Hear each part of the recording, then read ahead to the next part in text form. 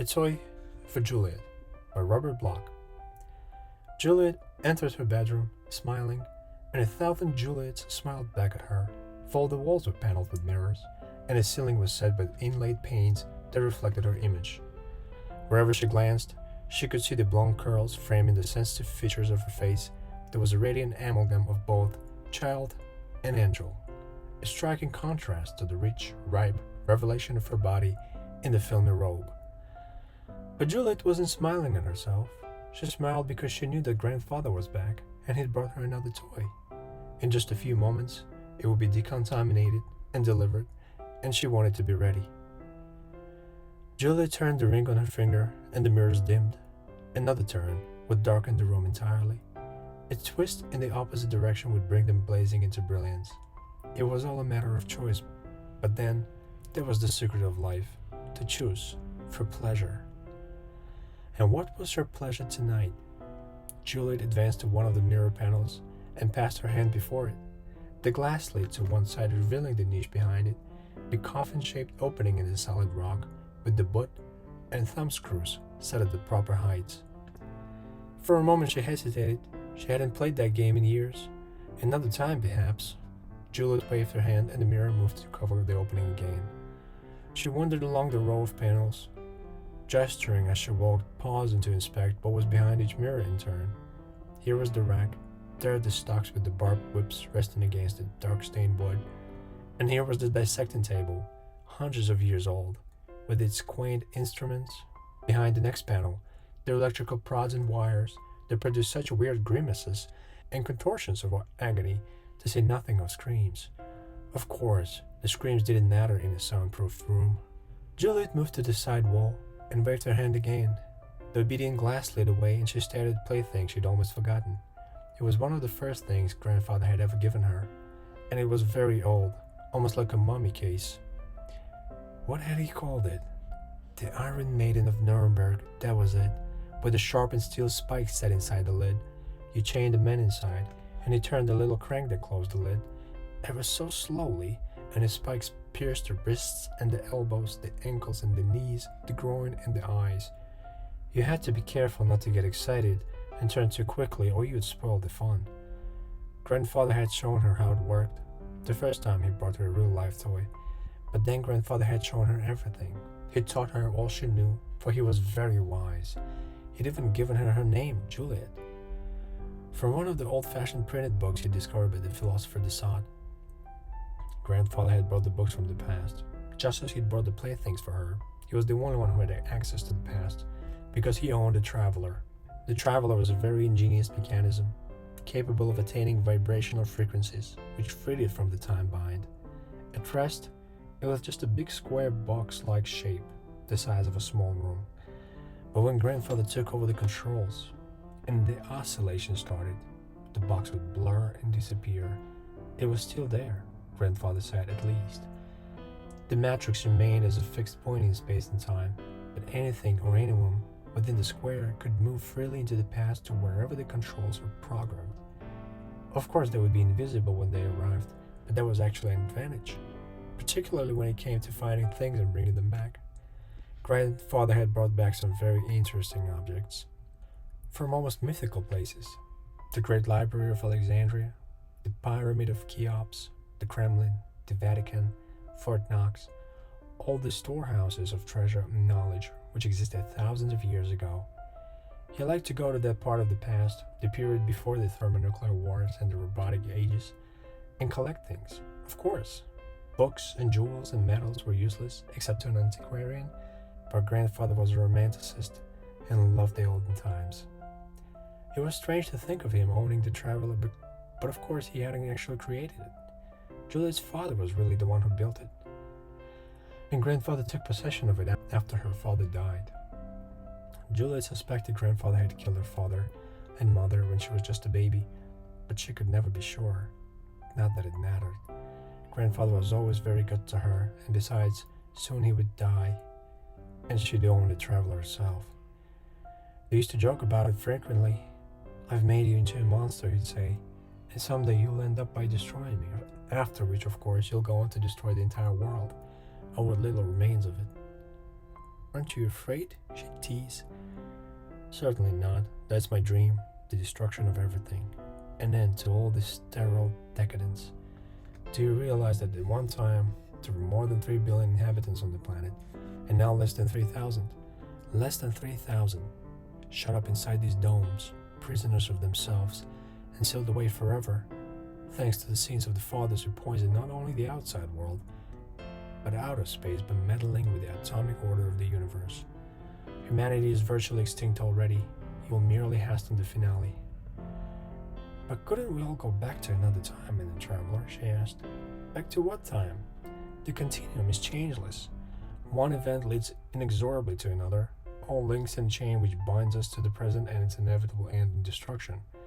We'd have temporary individual survival, yes, but to no purpose. And none of us are fitted to survive in a more primitive environment. So let us stay here and take what pleasure we can from the moment. My pleasure is to be the sole user and the possessor of the Traveler, and yours, Juliette. Grandfather laughed.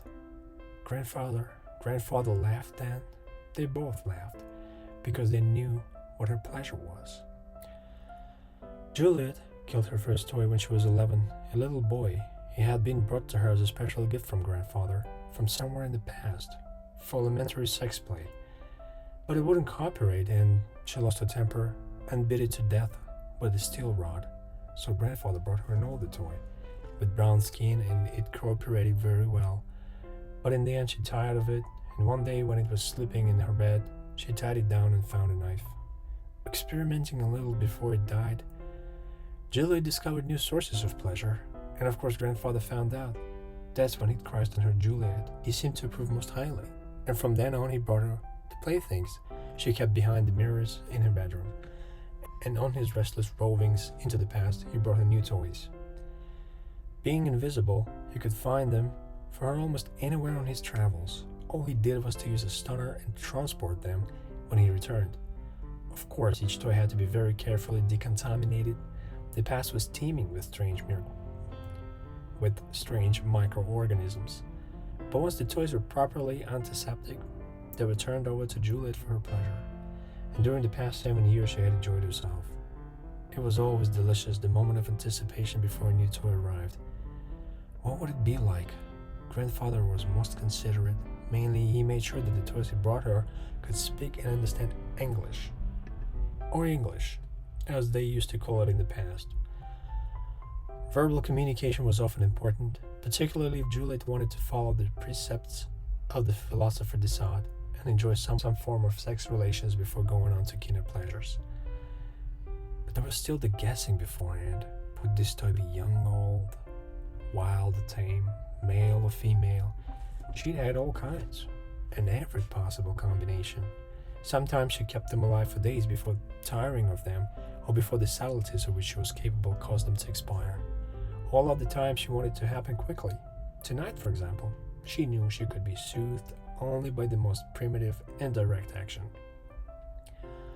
Once Juliette realized this, she stopped playing with her mirror panels and went directly to the big bed. She pulled back to the coverlet, groped under the pillow until she felt it. Yes, it was still there, the big knife with the long cruel blade. She knew what she would do now, take the toy to bed with her, and then, at precisely the proper moment, combine her pleasures. She shivered with anticipation, then with impatience. What kind of toy would it be? She remembered the suave, cool one. Benjamin Bathurst was his name, an English diplomat, from the time of what grandfather called the Napoleonic Wars, who had been suave and cool enough until she beguiled him with her body into the bed, and there had been that American aviatrix from slightly later on in the past, and once, as a very special treat, the entire crew of a sailing vessel called the Mary Celeste. They had lasted for weeks. Strangely enough, she'd even read about some of her toys afterwards, because when grandfather pursed them with his stunner and brought them here, they disappeared forever from the past. And if they were in any way known or important in their time, such disappearances were noted. And some of grandfather's books had accounts of the mysterious vanishing, which took place and was, of course, never explained. How delicious it all was. Juliette patted the pillow back into place and slid the knife under it. She couldn't wait now. What was delaying things? She forced herself to move to a vent and depress a sprayer. shedding her robe as the perfumed mist bathed her body. It was the final allurement, but why didn't her toy arrive? Suddenly grandfather's voice came over the auditor. I'm sending you a little surprise, dearest. That's what he always said. It was part of the game. Juliette pressed the communicator toggle. Don't tease, she begged. Tell me what it's like. An Englishman. Late Victorian era, very prim and proper by the looks of him. Young? Handsome? Passable, grandfather chuckled. Your appetites betray you, dearest. Who is it? Someone from the books? I wouldn't know the name. We found no identification during the decontamination, but from his dress and manner and the little black bag he carried when I discovered him so early in the morning, I'd judge him to be a physician returning from an emergency call. Juliette knew about physicians from her reading, of course, just as she knew what Victorian meant. Somehow the combination seemed exactly right. Prim and proper? She giggled. Then I'm afraid it's due for a shock. Grandfather laughed. You have something in mind, I take it? Yes. Can I watch? Please, not this time. Very well. Don't be mad, darling. I love you. Juliette switched off. Just in time because the door was opening and the toy came in. She stared at it, realizing that grandfather had told the truth. The toy was a male of 30-odd years, attractive but by no means handsome. He couldn't be in that dark garb and those ridiculous side whiskers. There was something almost depressingly refined and mannered about it, an air of embarrassed repression. And of course, when it caught sight of Juliette in her revealing robe and the bed surrounded by mirrors, it actually began to blush. That reaction won Juliette completely. A blushing Victorian with the build of a bull, and unaware that this was the slaughterhouse. It was so amusing she couldn't restrain herself. She moved forward at once and put her arms around it. Who are you? Where am I?